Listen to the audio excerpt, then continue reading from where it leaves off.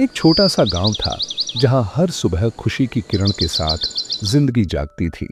वहां रहती थी हमारी प्यारी गाय गोरी, जो गांव में सबकी चहेती थी। बच्चे भी उससे बहुत प्यार करते थे। गोरी हमेशा जंगल में घास खाने जाती थी। अचानक गोरी को कहीं से रोने की आवाज आई। वह इधर उधर देखने लगी और फिर धीरे धीरे उस आवाज का पीछा करने लगी। कुछ ही देर में उसने देखा कि आवाज तो पास की झाड़ी से आ रही थी। गोरी झाड़ी में झुक कर देखती है तो उसे एक डरा सहमा सा कुत्ते का बच्चा दिखाई देता है। गोरी उसे प्यार से तसल्ली देती है और आहिस्तगी से कहती है, चलो मेरे साथ, चलो बेटा। गोरी कुत्ते के बच्चे को लेकर गांव वापस आती है। गांव वाले उसे देखकर सोच में पड़ जाते हैं कि यह कुत्ता कौन है जो गोरी के साथ है। फिर सब मिलकर कुत्ते को पानी पिलाते हैं और खाना खिलाते हैं। बच्चे भी उस कुत्ते के साथ खेलते हैं और खुश होते हैं। वक्त गुजरता गया और वह कुत्ता भी बड़ा हो गया, लेकिन अब गांव वाले कुछ परेशान रहने लगे क्योंकि वह कुत्ता बाकी कुत्तों से काफी बड़ा और अलग दिखने लगा था। गांव के बुजुर्ग उस कुत्ते को गौर से देखने के बाद कहते हैं, यह कुत्ते का नहीं, भेड़िए का बच्चा है। हमें इसे यहां से भगाना होगा, नहीं तो यह हमारे बच्चों और जानवरों के लिए खतरा बन सकता है और क्या पता इसके साथ और भी भेड़िए गांव में घुस आए। यह सुनकर तमाम गांव वाले हाथों में डंडे लेकर उस कुत्ते की तरफ बढ़ते हैं।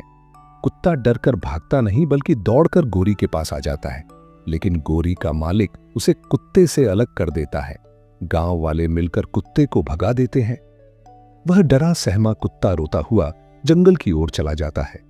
गोरी रस्सी से बंधी हुई बस देखती रह जाती है। वह कुछ नहीं कर पाती और खामोशी से आंसू बहाती रहती है। 2 साल गुजर जाते हैं, लेकिन गोरी अब पहले जैसी खुश नहीं रहती। वह हर रोज उसी रास्ते को देखती रहती है जहां से उसका बच्चा कुत्ता गया था। गोया उसे अब भी उम्मीद हो कि वह कभी वापस आएगा। एक दिन आसमान पर काले बादल छा गए और बिजली जोर जोर से कड़कने लगी। तभी एक आदमी जोर से चिल्लाता है, सब लोग अपने अपने जानवरों को घर ले जाओ, जंगल में शेर घुस आया है। यह सुनकर गोरी के घर वाले गांव वालों को बताते हैं कि गोरी अभी तक जंगल में ही है। फिर सब गांव वाले मशालें लेकर गोरी को तलाश करने जंगल निकल जाते हैं। गोरी जंगल के बीचों बीच खड़ी होती है। अचानक झाड़ियों के पीछे से 2 चमकती हुई आंखें उसे घूरती हैं। वे शेर की आंखें होती हैं। फिर झाड़ियों से निकलकर शेर जोर से दहाड़ता है। शेर की जोरदार दहाड़ सुनकर गोरी डर जाती है। उसके पैर डर से कांपने लगते हैं और जैसे बर्फ की तरह जम से जाते हैं। फिर शेर पूरी ताकत से गोरी की तरफ दौड़ता है और उस पर हमला करने के लिए जोर से छलांग लगाता है। लेकिन ठीक उसी वक्त एक भेड़िया बिजली की रफ्तार से निकलता है और हवा में ही शेर को जोरदार टक्कर मारता है। भेड़िया गोरी से कहता है, यहां से चली जाओ, और फिर शेर की तरफ लपकता है। फिर शेर और भेड़िए के बीच लड़ाई होती है, लेकिन भेड़िया शेर की ताकत के आगे टिक नहीं पाता और एक ही वार में गिर जाता है। शेर भेड़िए को खत्म करने ही वाला होता है कि उसी समय उसकी नजर गुस्से से दौड़ती हुई गोरी पर पड़ती है। अब वह भेड़िए को छोड़कर गोरी पर हमला करने को तैयार होता है और जोर से छलांग लगाता है, लेकिन इस बार गोरी अपने सींगों से उसे जोरदार टक्कर मारती है और शेर हवा में उछलकर दूर जा गिरता है। शेर देखता है कि गोरी बहुत गुस्से में है और दूसरा हमला करने को तैयार खड़ी है। तभी वहां गांव वाले मशालों के साथ पहुंच जाते हैं। शेर जख्मी हालत में उठता है और डरकर वहां से भाग जाता है।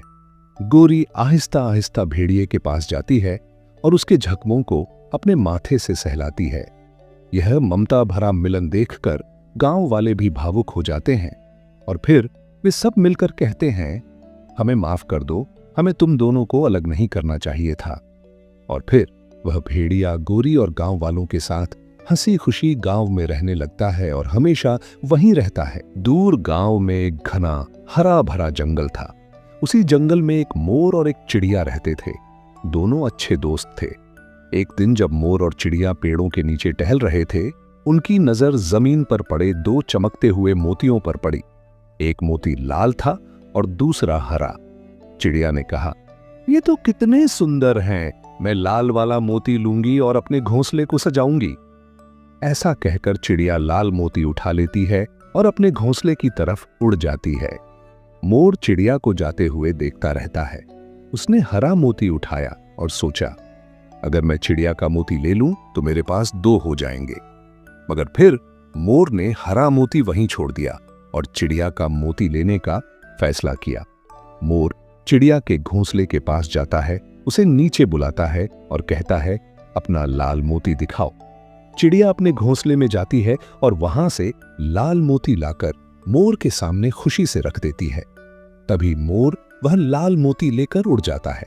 चिड़िया उसे रोकने की कोशिश करती है मगर रोक नहीं पाती। मोर की इस हरकत पर चिड़िया को बहुत गुस्सा आता है। मोर चिड़िया का मोती लेकर पीपल के पेड़ पर बैठ जाता है। चिड़िया उसी पीपल के पेड़ के पास आती है, उसे सारी बात बताती है और मोर को अपने पेड़ से हटाने की बात करती है, मगर पेड़ इनकार कर देता है, यह कहकर कि मुझे तुम्हारे मोती से क्या लेना देना। यह सुनकर चिड़िया बहुत दुखी हो जाती है। तभी उसे कुछ आवाजें आती हैं। वह एक लकड़हारा था जो जंगल में लकड़ियां काट रहा था। चिड़िया वहां जाती है और सारी बात बताकर पीपल का पेड़ काटने के लिए कहती है, लेकिन लकड़हारा इनकार कर देता है, यह कहकर कि तुम्हारे मोती के लिए मैं पीपल का पेड़ नहीं काट सकता। चिड़िया मायूस होकर राजा के दरबार में जाती है और उन्हें सारी बात बताकर लकड़हारे को सजा देने की बात करती है, पर राजा भी लकड़हारे की बात को सही मानते हैं और कहते हैं, तुम्हारे एक मोती के लिए पीपल का पेड़ नहीं काटा जा सकता। यह सुनकर चिड़िया को बहुत गुस्सा आता है और वह रानी से शिकायत करने की बात करती है।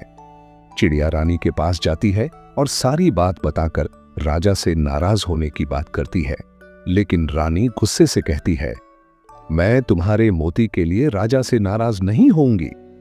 फिर चिड़िया रानी को सबक सिखाने के लिए अपने दोस्त चूहे के पास जाती है और उसे कहती है कि रानी के कपड़े कुतर दे, लेकिन चूहा इनकार कर देता है।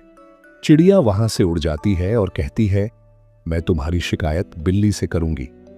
चिड़िया बिल्ली के पास जाती है और चूहे को खाने के लिए कहती है, लेकिन बिल्ली उसकी बातों पर ध्यान नहीं देती।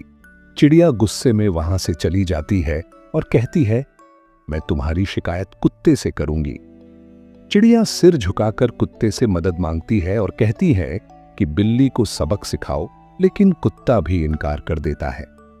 चिड़िया मायूस होकर अपने दोस्त चींटी के पास जाती है और रोते रोते सारी बात बताती है। तब चींटी कहती है, मैं तुम्हारी मदद करूंगी और तुम्हें तुम्हारा मोती दिलवाकर रहूंगी। फिर चींटी अपने साथियों के साथ मिलकर एक फौज बनाती है और कुत्ते पर हमला कर देती है। कुत्ता उनसे रुकने की गुहार करता है। चींटियां रुकती हैं और कुत्ते से कहती हैं कि वह चिड़िया की मदद करे। फिर कुत्ता मान जाता है और बिल्ली के पास जाकर उसे धमकी देता है, अगर तूने चिड़िया की बात न मानी तो मैं तुझे खा जाऊंगा। बिल्ली भागकर चूहे के पास जाती है और कहती है, अगर तूने चिड़िया की मदद न की तो मैं तुझे खा जाऊंगी। फिर चूहा भी रानी के कमरे में जाकर उसके कपड़े कुतरने लगता है और कहता है, अगर आपने चिड़िया की बात न मानी तो मैं आपके सारे कपड़े खा जाऊंगा। फिर रानी राजा के पास जाकर कहती है, अगर आपने चिड़िया की बात न मानी तो मैं आपसे नाराज हो जाऊंगी और आपसे बात नहीं करूंगी।